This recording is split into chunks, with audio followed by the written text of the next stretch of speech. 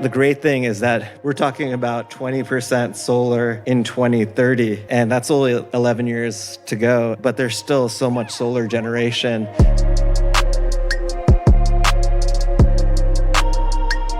Hello and welcome to the Solar Maverick Podcast, where solar meets entrepreneurship and experience. I'm your host, Benoy Thanjan. And I'm your co-host, Li Wang. Let's get into it.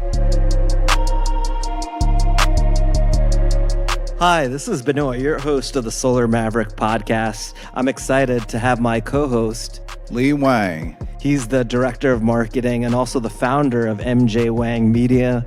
And he also is my publicist, the future Maverick Carter. That's right. If you know who Maverick Carter is, he's part of the business team with LeBron James and has really taken LeBron's outside business interest and his obviously personal business interest to another level. Oh, definitely. I mean, It's pretty amazing. Maverick is one of LeBron's key players in his whole business empire that he's building. And Benoy and I are not only sports fans, but we're entrepreneurs and we really love sports figures who are also entrepreneurs. So it's a perfect combination. We really admire what LeBron's been able to do to leverage his own brand. And obviously we think his move to the Lakers in LA was part of his bigger plan. So we'll talk a little bit about that. Yeah, maybe in another podcast, like about his different investments. He's also invested in sports teams. He's obviously has his own sort of production company. Then they're working on Space Jam 2 that he's actually going to be in the movie in as well. But that could be another podcast in itself. So today is a beautiful day in Jersey City. We're kind of enjoying late summer turning into fall weather. It's hot out. We're enjoying some bubble teas. It's one thing, Benoy and I have a ritual. I don't usually drink bubble tea, but when Benoy and I get together, we go to a little place in our town. For those who don't know, I don't even know how to describe bubble tea. I guess where does it stem from? Taiwan or something like that? I think, Taiwan, China initially. Yeah, so it's a flavored tea drink. I get the milk version, and it comes with some tapioca bubbles. I think it's popular with teenage girls, but we're down with it. I think it's popular too with Asians, and I think bubble tea is just growing pretty quickly in the U.S. Either way, we're loving our bubble tea today, sunny day. And Benoy, you have some exciting news here. I think that your profile got raised for an upcoming conference. Tell us a little bit about that. Yeah, definitely. So if you listen to our last podcast that came out, I interviewed Tiffany Pham from Mogul. They're having their big conference this Saturday. It's called the Mogul X Conference in New York, where there's going to be 1,500 people who are part of the Mogul platform. And I'm actually the dean and one of the MCs for the event on this Saturday. So that's something new that we didn't talk about before. It's one of the keynote sort of speakers is Susie Orman. They have different sort of tracks where people are learning from top CEOs, and it should be a great event. I'm really looking forward to it, and it's coming up this Saturday. Benoy, for anyone who may have missed the last episode, tell us a little bit about what Mogul is. Sure. Mogul is actually a platform that basically helps with productivity. They create customized software that basically helping women candidates find job opportunities at Fortune 100 companies. So basically, Mogul X is the conference. The platform is called Mogul. You could go online and see it. They also have an app. It's a modern growth experience designed to help you reach your goals and realize your full potential. If you haven't checked out the app, it's actually pretty helpful. I actually use the app as well. I'm also actually an investor as well in Mogul. Tiffany and I have known each other for now like 6 or 7 years. And then this Mogul X conference is basically a schedule of transformative classes, immersive experiences, as well as networking job opportunities. And then they basically, Mogul X, the conference, they break it up into 5 tracks: work, finance, relationships, travel, health, and wellness. Each class is taught by a world-class CEO, top executive and celebrity. Susie Orman is probably the most famous person, and she's teaching 2 of the finance classes. She's also an investor in Mogul as well. So it should be a great event this coming Saturday in New York. So Benoy, do you think all this time you put into podcasting and us being at conferences elevated you to this new status as one of the MCs? How did they elevate you there? Yeah, so I interviewed Tiffany at the end of August for a podcast episode. She's actually episode 45, which is a great episode. She's actually our first non-solar person that we've interviewed on the podcast. Again, she's the CEO and founder of Mogul. And so she talks about her life experiences, and she also gives tips for productivity. I think after the interview with Tiffany, She was pretty impressed with the interview. She wanted to have me more involved in the conference. Then I think there was an opportunity for this MC/Dean role to come up, and then that just happened a few days ago. So I'm not fully aware of what exactly I'll be doing, but definitely like the podcast has definitely helped as far as getting speaking opportunities and obviously business as well. We've been inundated with how many people are listeners. Thank you for reaching out to us. And it's been amazing to kind of see how it has had a positive impact and people suggesting guests or potential business opportunities from hearing the podcast. I apologize that it takes us some time to get back to everyone because we've been overloaded with how many people reach out to us, and our audience keeps growing each week, and we get more and more people reaching out. Benoy, I know I'm going to throw you a little curveball here, but you're talking about public speaking. In an article we're going to be talking about where Warren Buffett talks about how he overcame his fear of public speaking, which elevated his success acceleration. Had you always been comfortable speaking in public, or is this something that you had to work on? It's definitely something that I've worked on to get better, and I'm getting better as time goes on. I still feel like I have a lot to work on. I also was a member, and I think I mentioned this on a previous podcast with Lee, I was a member of Toastmasters when I worked at a company, and that's a great way of improving public speaking. I also held many like officer sort of positions and roles in school, and I try to speak whenever there's an opportunity. And I feel like the more repetitions, Lee and I talk about this even with the podcast, the more comfortable that you get. So it takes time and practice. All right, great. So also on your agenda, you'll be heading to the West Coast. Talk a little bit about the Solar Power International Conference. Next week is the Solar Power International Conference. If you don't know, it's the largest solar conference in the U.S. Over 20,000 people attend. It's actually in Salt Lake City from September 23rd to 26th. I actually spoke at the conference last year, and it's amazing. It's a week before the conference, and literally my calendar is completely packed with meetings and events from when I'm going to be there. Then we have an office out in San Diego, so I'll be there for a little bit with meetings in Southern California. And then after that, and we spoke about this in another podcast, I'll also be speaking at the 2019 Deloitte Renewable Energy Seminar happening October 2nd and 4th in Dallas, Texas. I'm on a panel speaking about the impact of renewable energy on the future of real estate. And the two other panelists are Lisa Brown from Johnson Controls. She's the National Senior Director of Strategy, Local Government, and Municipal Infrastructure, and Susan Nickey from Hannon Armstrong, and she's a Managing Director in there. So I'll be actually traveling for the next 3 weeks and looking forward to it. I'm sure I'll have a lot of great insights. That's great. Have you prepped a lot for this conference and being able to speak about the impact of renewable energy on the future of real estate? Is that something that you've been prepping for? Can you give our listeners a little preview of what you're going to be talking about? Me specifically, I'm going to be talking about how the future of real estate has renewable energy in it, specifically solar and then storage when it becomes more economical. The other thing, too, I'll be talking about is opportunity zones. A lot of real estate developers are developing projects in opportunity zones, and they want to bundle solar. If you don't know much about opportunity zones, basically if you invest in an opportunity zone project, and if the money's there for 10 years, you don't have to pay a capital gains tax. So it's a huge opportunity that everyone's looking into. Actually, our projects with the New York Housing Authority that we're developing, part of them are in opportunity zones. So I will be talking about that project because it's pretty innovative. It's a community solar project. And then we're training NYCHA residents to install solar. So there's a community engagement piece. And then we're providing discounted energy to low income. We had an intro call to talk about the concepts we're going to focus on. And I'm trying to get it where we would release that panel onto our podcast. I'm still working on that. Yeah, you got a jam-packed travel schedule. And on October 10th, we decided you're going to attend a pretty cool conference. It's called Influencer. It's hosted by Brendan Bouchard, and this is sounds like pretty huge. Benoy, tell our listeners here why you decided to attend this inaugural Influencer 2019 event. And this is in San Diego too? It's in San Diego as well. Thank you, Lee, for helping me as far as trying to figure out what to go to this conference.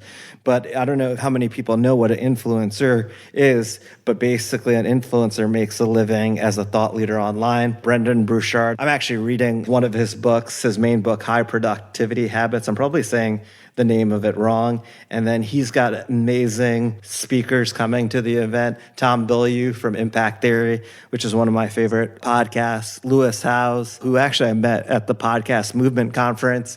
Dean Graziano as well. I've read his books. So it's going to be amazing. I mean, influencers basically figuring out, providing value and then monetizing it online. It's been interesting for me because doing the podcast, definitely people have gravitated towards like my different opinions on the industry. And I believe like in the future, there's definitely opportunity for me to be an influencer in solar and renewable energy. So I think it's going to be a great sort of learning experience. And it's incredible. I think one of the key factors in our decision to have Benoy attend this conference is for relatively low cost. I think the ticket here is just under $400. I think they're still on sale if this is something you might be interested in attending. For less than $400, you get a jam-packed slate of top-notch speakers. And with the advent of social media and all these available podcasting, all these formats, when I started in media, the only way people that had any reach were people that owned printing presses, right? Pretty much, or own media,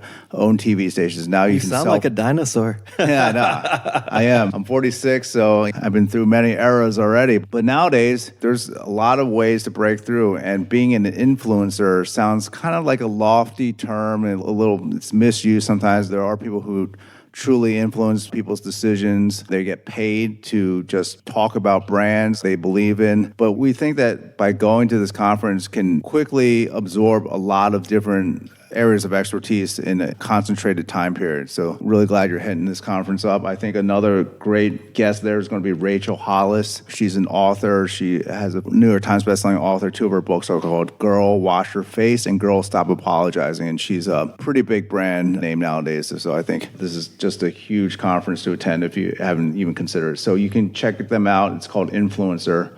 Be sure to say hi to Benoy if you're there too. He looks just like he does on the podcast art. You'll see the shirt. Yeah. Lee created the shirt with the picture of the podcast art. We actually just ordered a long sleeve t-shirt. Actually, a little shout out to rushordertees.com. They didn't pay us to say that, but we just had a great experience. So if you want a custom shirt and you need it quick and you don't want to have a minimum order, rushordertees.com. They just had a great customer service. They just helped us get the side of the long sleeve shirt printed, and the customer service rep was amazing. And just to show you, customer service is everything. That's one thing that Benoy works hard on for his own company, and so do I. That's going to really differentiate you from other people. Bad customer service is just terrible. Yeah, it's interesting. Chick-fil-A, which I'm a huge fan of, if people who know me, they've done a study that because the people who work at the Chick-fil-A say please and thank you, that overall revenue is 15% higher than if they didn't say please or thank you, which is crazy. Like you would think that's something basic in customer service, but it's not. I'm embarrassed to say how many Chick-fil-A's I've been to, and the consistency of the customer service is incredible. People have their thoughts about the owner's religious beliefs and so forth, but let's not talk about this on this show. I don't know, I'll speak for Benoy here, but we're firm believers that if you own a brand, you have a right to express how you want to carry that culture. But anyway, I'm going too deep. The chicken's really good. Let's just say that. And actually, one of the books that I love, and I know we drop a lot of knowledge on books, is Tony Hsieh, the owner of Zappos. His book is called Delivering Happiness, and it's been out a few years now. But it's his story of how he built Zappos, online shoe seller, and he actually built his entire company on best customer service possible. And it wasn't even about the shoes. I think he only owns 4 pairs of shoes, and he doesn't really like shoes, but he felt that he could make a big difference through customer service. And I'm sure many of you have ordered from Zappos, and it's amazing. One story he tells is one time they're headquartered in Vegas. He was at a conference with some of his colleagues, and he had them test his customer service. And one of the guys at the conference with him ordered, got on the Zappos and tried to get the Zappos customer rep to order them pizza, and he actually did it. So it was a test of customer service. I know we're segueing a little bit off topic, but it's an important thing for any business person. This episode of the Solar Maverick podcast is brought to you by Podcast Laundry, the podcast concierge service that I use to make sure that my listeners hear the best quality show. They do the dirty work of podcasting for me. Yes, graphics, quotes, show notes, master editing, and much more. All I have to do is record. So if you're a busy podcaster like me with an engaged audience and want to free up time to do more of what you love to do, like going to the gym or spending time with loved ones, go to podcastlaundry.com to schedule your consultation or call 347-871-8273. That's podcastlaundry.com or 347-871-8273. Thank you. The part of the reason, too, with the influencer conferences, and I know we've mentioned it multiple times, and I know Lee's mentioned it, but personal branding is so huge. So we have the podcast, and it's just amazing how many people recognize my voice from the podcast, or they recognize me from the podcast art. Now we're seeing people want to move to video, which is huge. So we actually created a YouTube channel. I know I mentioned this on prior podcasts. I was on the roof of the NYCHA building. I created a minute video on my iPhone, and I put it on LinkedIn. But it was amazing. We got 3,000 views from it, 55 likes, 25 comments, that there were leads from it. Also speaking engagement at a conference. So it's really about building your personal brand. People want to see the company that they're working with. They want to get to know you. And it's a way scalable of reaching out to your audience. And video is the next progression. Yeah, well, I mean, one huge important point from all of this is the idea that if you try to please everyone, you won't please anyone. So you want to be yourself. Those who be drawn to you will flock to you. And those who don't like what you're saying may just not be the kind of people you want to work with anyway. So it's best to be yourself and be authentic. Authenticity is a little overused, but it works and it's true. So we try our best here to showcase that. Yeah, definitely. And then another point, too, with the influencer conference is that it's all about investing in yourself. Leah and I have this conversation all the time. I always tell them the highest return that I would get on any investment, not the investments outside that I receive passive income streams. It's from investment in myself or in my company. So there's this quote by Warren Buffett that I've been thinking about a long time, but a lot recently, especially when I was trying to decide to do this influencer conference. Ultimately, there's one investment that supersedes all others. Invest in yourself. No one could take away what you've got in yourself, and everyone has the potential that they haven't used yet. And it's interesting because Warren Buffett, and this kind of goes back to the original point, Dale Carnegie classes, and he felt that $100 class when he was at 19 years old changed his life. It got him comfortable with public speaking. He also had the confidence actually to ask his then girlfriend to be his wife from the course. So I think he doesn't actually have his college degrees on the wall. He has that Dale Carnegie course. And if you listen to the podcast before, you've heard Lee and I talk about the book, How to Stop Worrying, Start Living by Dale Carnegie, How to Win Friends and Influence People. That was a book that my dad introduced me to when I was 17. Actually, what was really interesting, Lee, our episode with Tiffany the CEO and founder of Mogul, she said that she started listening to Dale Carnegie tapes when she was 12, and that had the biggest impact on her life. So it's interesting. If you haven't checked it out, it's a must read. We're always now coming up with recommendations for the Solar Maverick podcast, but definitely it's something that you should look into. I put off reading How to Win Friends and Influence People for a while because I actually thought the title of the book, now that I've read it, is a bit misleading because it's really about how you act as an individual and controlling your own emotions and what you say and how you react to a situation. Please, if you haven't read the book or the one Benoy mentioned, How to Stop Worrying and Start Living, that to me actually had a bigger impact because that's really how you manage stress, live in the present moment, and talks about gratitude so that you're more of a positive thinker. I'm giving you like the high level Cliff Notes version of it. So we've talked a lot about what Benoy's up to. Let's dive right into some solar energy news. U.S. utility solar pipeline soars to 37.9 gigawatts, a new record. Benoy, what's going on with this? That's huge for the solar industry. That obviously tells you not all of these projects in this pipeline are going to get developed, but it shows you that people are confident in what's happening in the solar industry. 37.9 gigawatts is the highest in history of utility scale solar projects. That follows a record high procurement of 15 gigawatts in 2018. So that's more than double. It's more than double. Then more than 6 gigawatts of solar capacity were added to the 5-year forecast since last quarter. So that's huge. I mean, as far as growth that we're seeing in the industry, utility solar project announcements surged to 11.2 gigawatts in the first half of 2019, with 6.2 gigawatts contracted in Q2 alone. So Abby Ross Hopper, who's basically the head of the Solar Energy Industries Association, SEIA, says it's no surprise that the U.S. solar pipeline is surging as costs continue to fall and solar becomes the lowest cost option for utility corporations and family. However, we push for solar to represent 20% of U.S. solar generation by 2030. Smart policies like an extension of the solar investment tax credit will be critical to reach this goal. We've talked about the 30% investment tax credit before and how it's stepping down.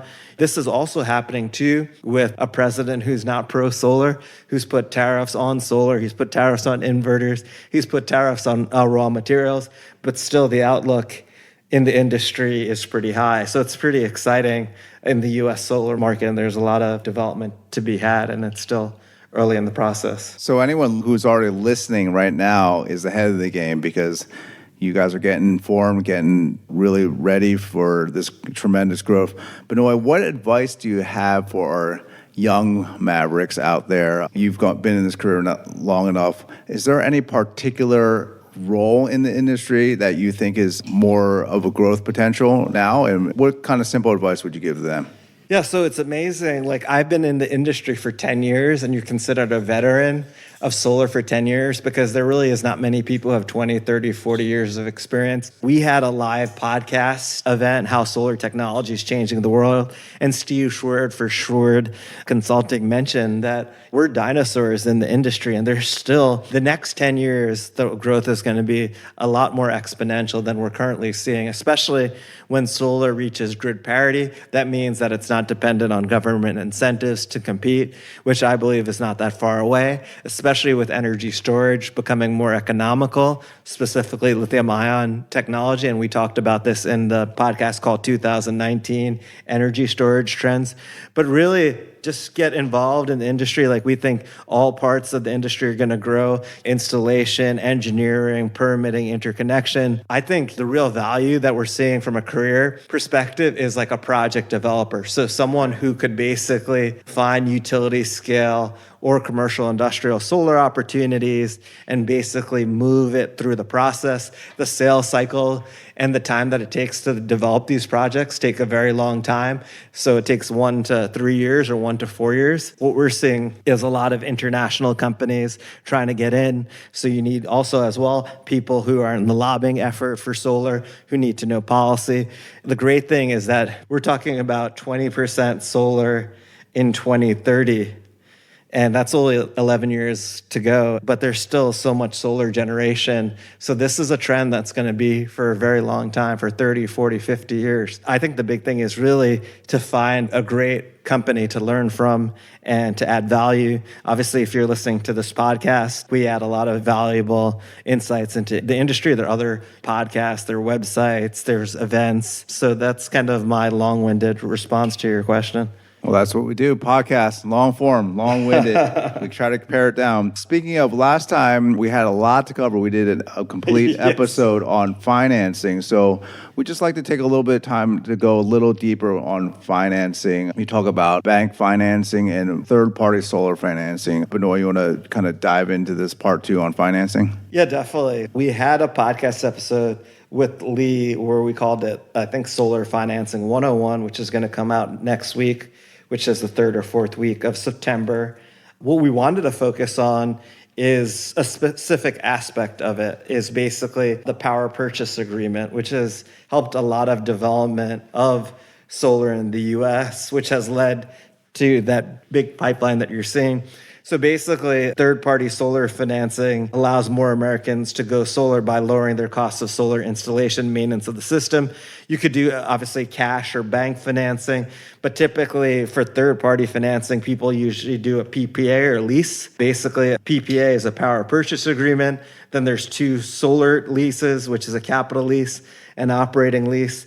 Basically, a capital lease is a lease where the person borrowing the money is also taking the tax incentives related to solar. We talked about the 30% investment tax credit. There's also accelerated 5-year maker's depreciation, which represents about 20 to 30% of the project cost. So basically 50% of the cost of the project, or 50 to 60, is basically from federal tax incentives. That doesn't include state level incentives if there is. So operating leases where the lender is actually taking the tax incentives, because a lot of people can't actually take advantage of that incentive. So that's why they have this operating lease structure. And basically the lease goes till the tax attributes are taken, because there's a tax recapture, which makes it extremely difficult to sell basically the project. So usually the operating lease lasts for 6 to 7 years.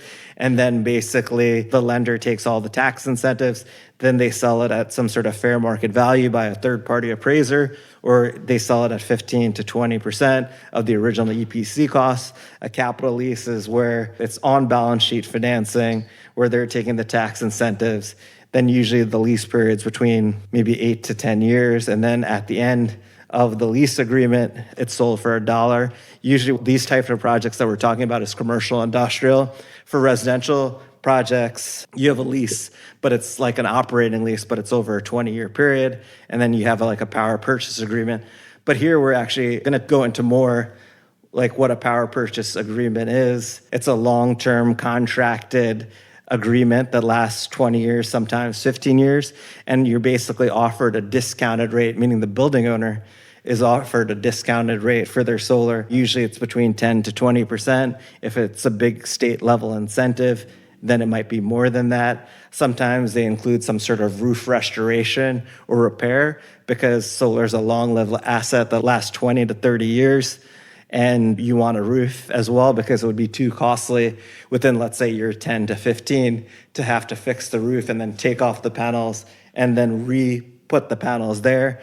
They also usually add an accelerator to the PPA price. It used to be 2 or 3%, but that's not common anymore, because what we've seen is historically, I would say the past 8 to 10 years, electricity prices haven't really risen. And why that's happened is because natural gas is abundant, and that's basically dictating electricity prices. So what's ended up happening in some of these PPAs is where they would be out of the money, if that makes sense, where basically they thought they were going to have some sort of discount, but then over time with the inflation factor of between 1 to 3%, they're actually paying more for their solar energy than they would if they bought it directly from the grid.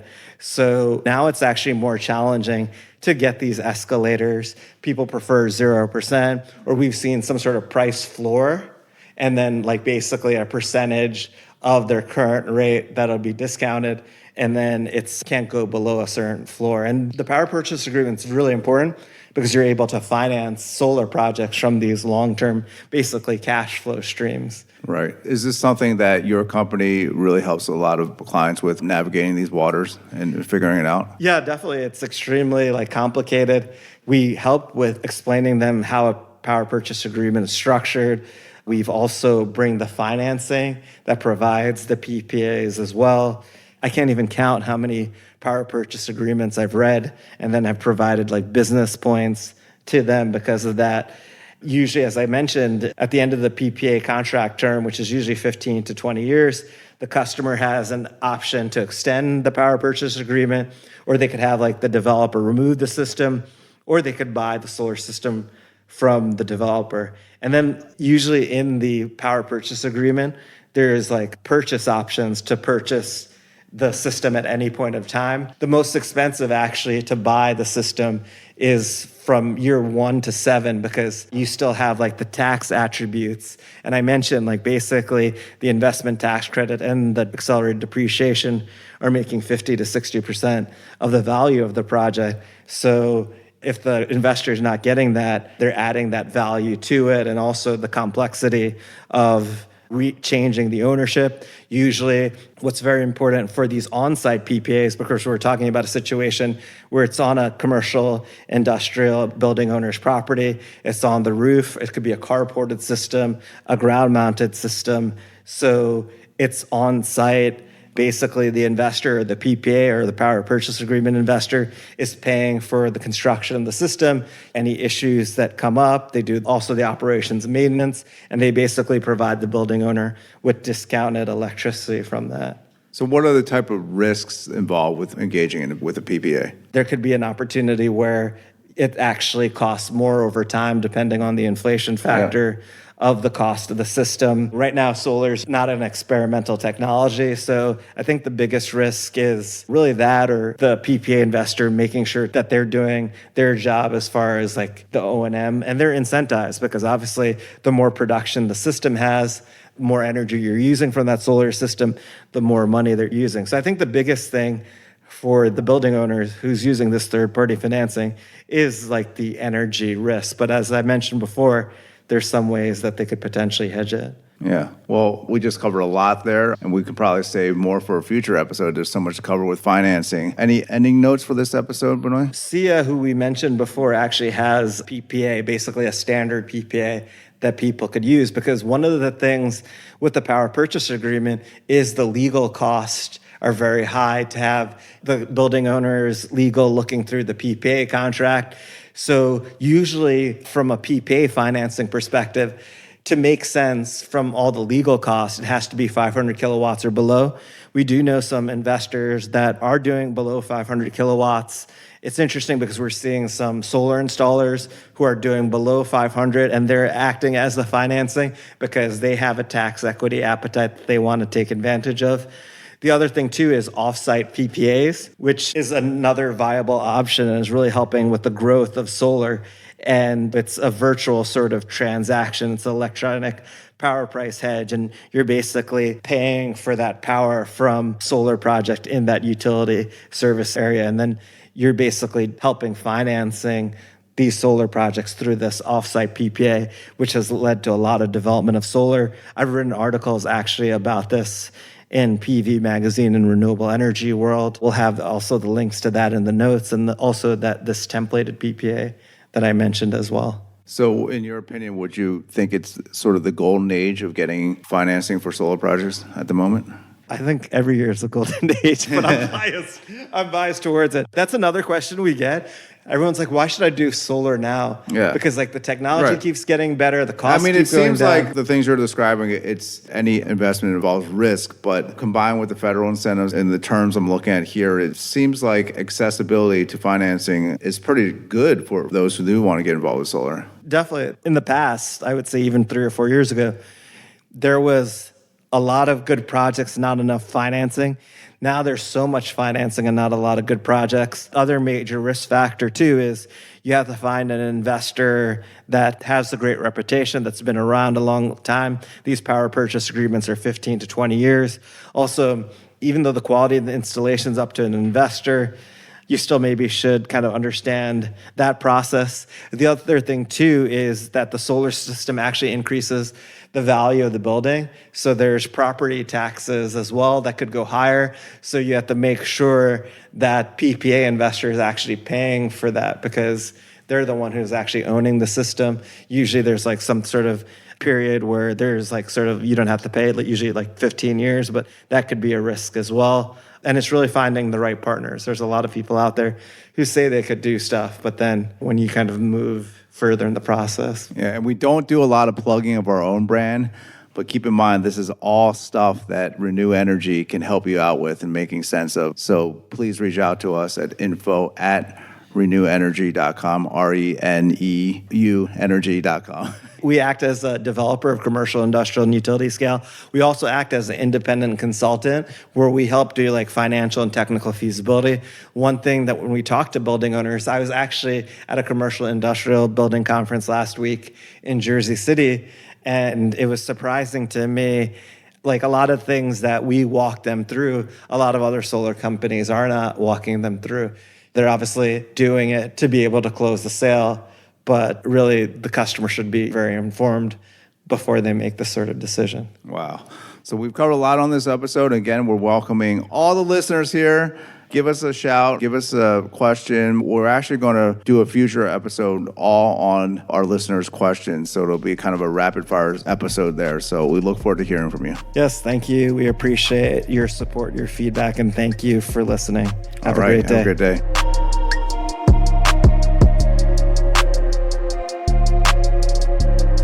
Thanks for listening to the Solar Maverick Podcast. The Solar Maverick Podcast is brought to you by Reneu Energy. We're a solar development and consulting firm. If you believe that this podcast is adding value to you, please give us a 5-star review and share with those that you think could benefit from this information. Please email all questions, suggestions, and feedback to info@reneuenergy.com. That's info@reneuenergy.com. The Solar Maverick Podcast is produced by Podcast Laundry and executive produced by Benoy Thanjan and Kevin Y. Brown.